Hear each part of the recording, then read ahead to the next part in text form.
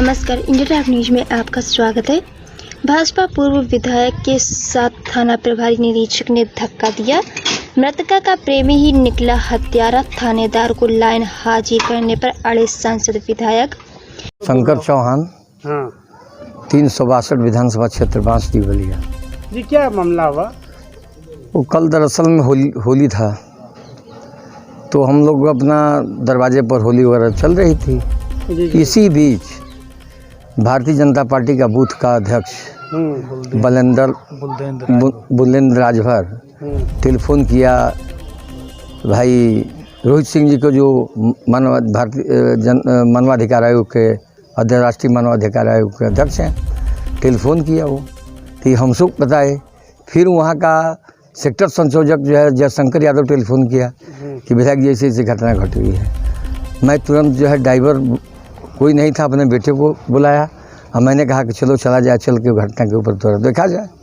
हम लोग वहाँ जियो पहुँचे तो देखे कि वहाँ इंस्पेक्टर जो है लाश को बिना घर RS नागर इंस्पेक्टर बांसडी रोड, वो जो है बिना घर वालों की उपस्थिति के अब बिना नियमानुसार पंचनामा के बाद ही पोस्टमार्टम हाउस लाश जाती है। मौके पर पंचनामा होता है, ये पुलिस गाइडलाइन में लिखा गया है, ये कहीं तो थाने पर नहीं होता। और पंचनामा होता है तो मैंने पूछा कि एसओ साहब, इंस्पेक्टर साहब, बिना पंचनामा के बिना घर वालों की उपस्थिति के आपने लाश भेज दिया। इसी पर ना आओ न ताव देखे इंस्पेक्टर। नीचे से अपने आए, खेत से गेहूं के खेत में हत्या हुई थी, आए उस लड़की की हत्या गेहूं खेत में आए और आने के बाद सड़क पर चढ़े और मैं वहीं खड़ा हूँ, हमको धक्का दे दिए कि आप हट जाइए, आप कौन होते हैं, आप राजनीति कर रहे हैं। मैंने कहा कि ये बताइए, सही बात पूछना क्या राजनीति है? अगर गाइडलाइन में ये बात है, पुलिस की गाइडलाइन में, कि मौके पर ही पंचनामा होगा, आप पंचनामा के बाद पोस्टमार्टम हाउस सीधे लाश जाती है, तो थाने पर ले जाने का उचित क्या है? यहाँ तो कोई भीड़ भी उतनी नहीं है, कोई विरोध भी नहीं है, आपको जल्दबाजी इतनी क्यों हो गई? इसी पर वो अपना खौफ में आ गए। आने के बाद सही बात बोल दिया। इसके बाद उन्होंने कहा कि आप जो है हमारे काम में बाधा डाल रहे हैं।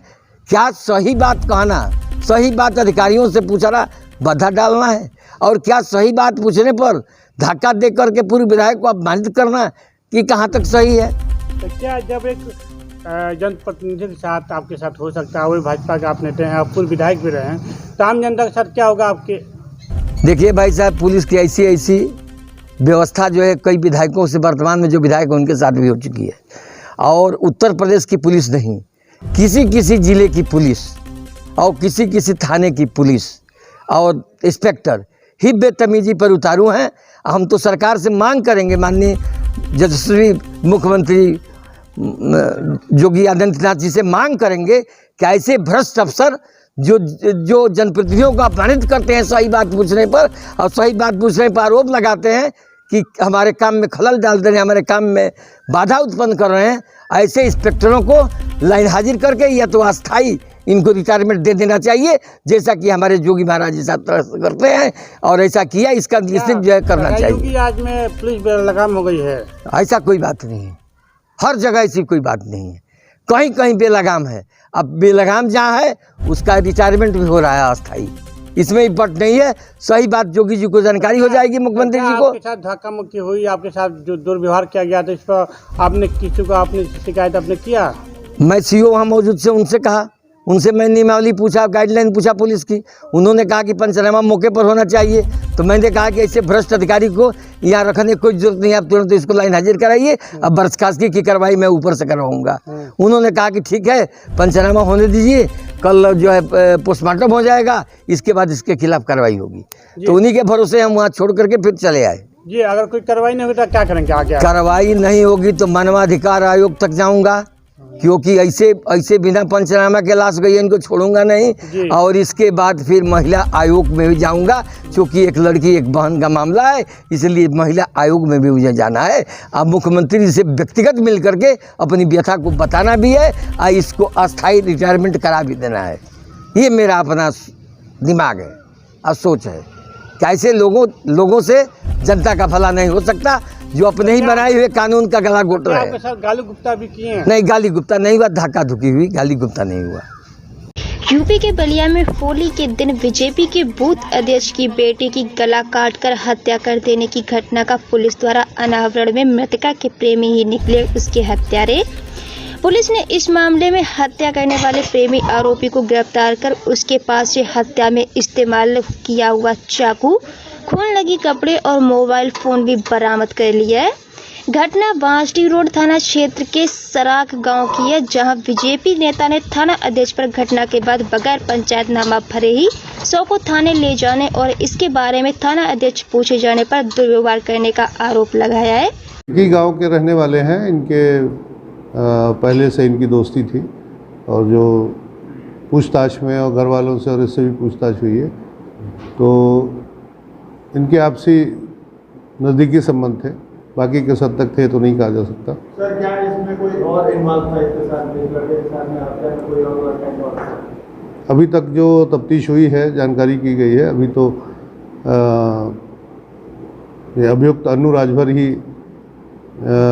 इस घटना के पीछे है और इसके द्वारा जो घटना में जो चाकू का इस्तेमाल किया गया था और जो कपड़े पहने हुए था वो सब इसकी निशानदेही पर बरामद कर लिए गए हैं। सर इस मामले को लेकर राज्यसभा सांसद सत्यजीत राजभर और पूर्व विधायक और तमाम बीजेपी के नेताओं ने अभी थोड़ी देर पहले पीसी किया था और उन्होंने आरोप लगाया था कि इस मामले पे बिना पंचनामा के ही इसको पोस्टमार्टम के लिए भेज दिया गया। जब इस संबंध में इसको पूछा गया तो उनके द्वारा धक्का मुक्की किया गया और सही स्पष्ट जानकारी नहीं दी गई।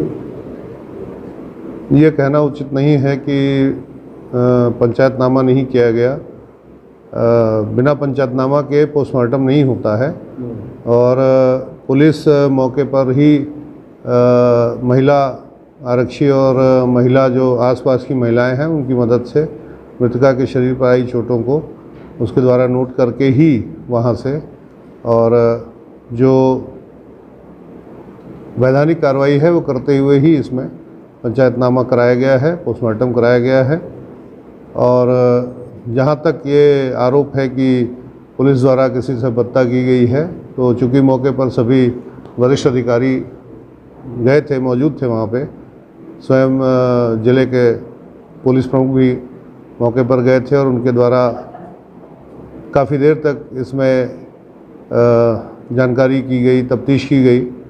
वो मृतका के घर भी गए और सभी लोगों से बातचीत हुई तो इसमें पुलिस द्वारा कोई लापरवाही नहीं बरती गई है और मौके से पंचायतनामा भरने के बाद ही डेड बॉडी को वहाँ से हटाया गया है और जो सही मुलजिम है उनको तत्परतापूर्वक कार्रवाई करते हुए जानकारी करके तत्काल गिरफ्तार किया गया। आला कत्ल बरामद किया गया, खून से भीगा हुआ शर्ट भी बरामद किया गया, मोबाइल भी बरामद किया गया है। सर मृतका की उम्र और शादीशुदा थी कि नहीं है? नहीं, शादीशुदा नहीं थी। उम्र लगभग 18-19 के आसपास बताई गई है। हालांकि इस मामले में पुलिस इनके आरोपों से इनकार कर रही है। पुलिस गिरफ्त में दिखाई दे रही है। शख्स बांसडी रोड थाना क्षेत्र के सराख गांव का अन्नू राजभर है, जो बीजेपी के बूथ अध्यक्ष की बेटी को उसके घर से बुलाकर गेहूं के खेत में ले जाकर गला काटकर हत्या कर फरार हो गया, जिसे आज पुलिस ने गिरफ्तार कर घटना का खुलासा करते हुए मीडिया के सामने पेश किया है।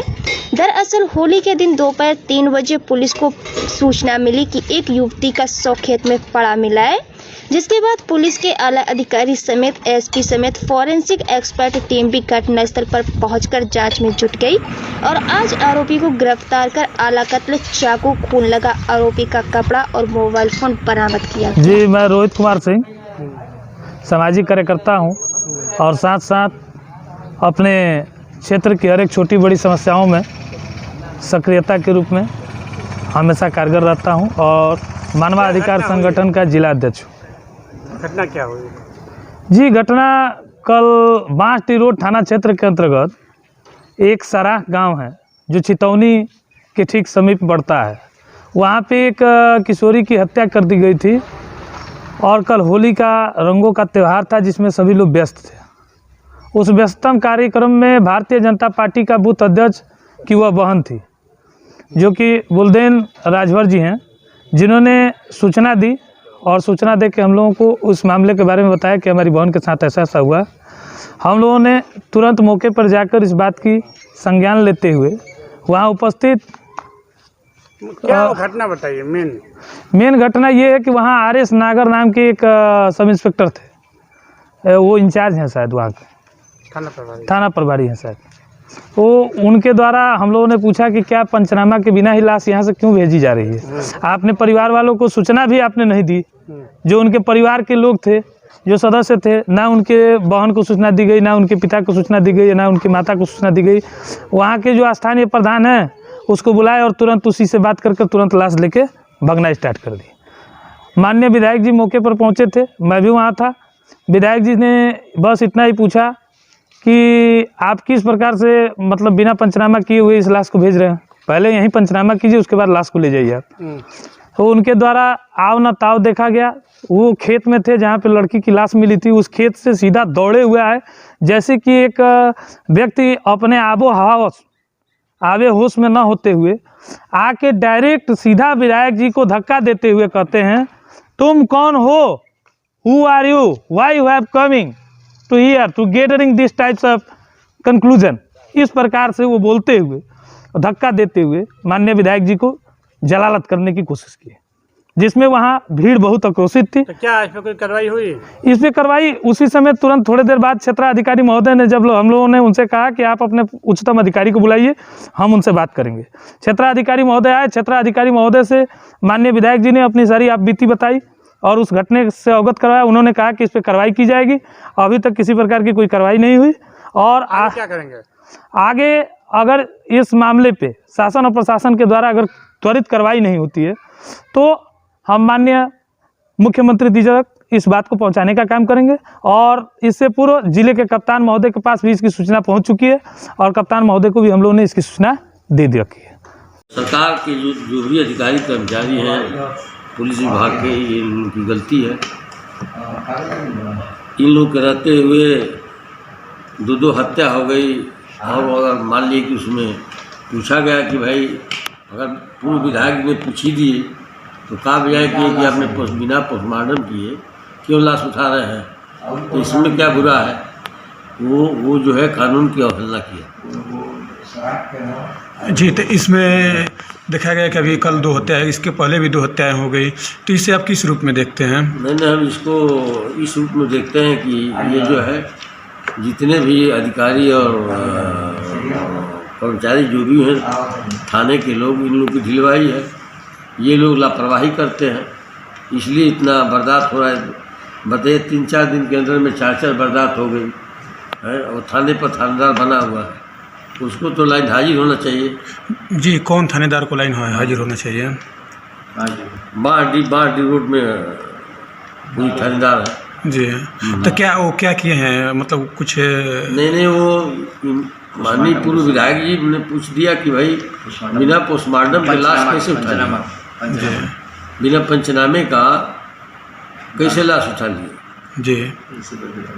तो इस पर अवरोध ये अवरोध डालना है और इसे धक्का धुकी किया जी। इतना बड़ा ये क्या नाम है कि विधायक के साथ, MP के साथ या कोई प्रतिनिधि के साथ कोई करता है, एक तो गलत करता है, प्रतिनिधि से भाजता भी।